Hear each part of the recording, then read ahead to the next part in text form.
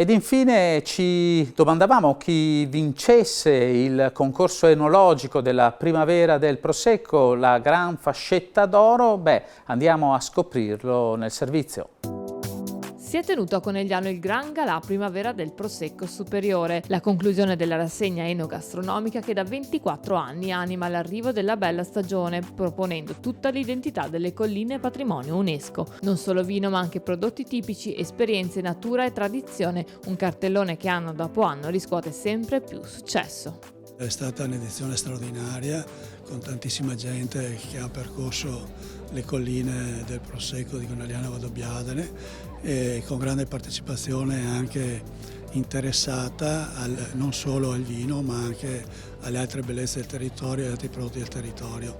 E quindi si chiude con questa manifestazione che valorizza ancora una volta i prodotti del territorio, con gli assaggi che vengono fatti nella manifestazione, ma con la premiazione soprattutto dei migliori prosecchi di OCG dell'anno. L'appuntamento di Piazza Cima è stato inoltre teatro della premiazione della 9ª edizione del concorso enologico Fascetta d'Oro, premiate in tutto 49 etichette.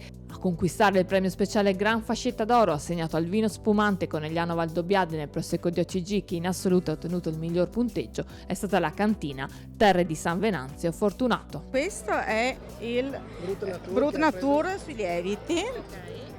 Quindi per quello con la rifermentazione in bottiglia e con i lieviti che rimangono sul fondo della bottiglia. E la Gran Fascetta d'Oro invece è il Rive di San Pietro di Barbozza Brut. Tanto impegno, tanta fatica, il desiderio di presentare sempre delle cose al meglio di quello che possiamo. È la prima volta che lo facciamo e quindi è al debutto ed è andato molto bene evidentemente. Festeggiato in questa occasione anche il 4º anniversario della nomina delle colline di Conegliano e Valdobbiadene a patrimonio UNESCO. Abbiamo deciso di gemellarci con la primavera del Prosecco che oggi chiude questi mesi che ci hanno accompagnati insieme al Prosecco superiore di OCG e quindi ci fa molto piacere anche perché oggi sono 4 anni e domani inauguriamo il cammino.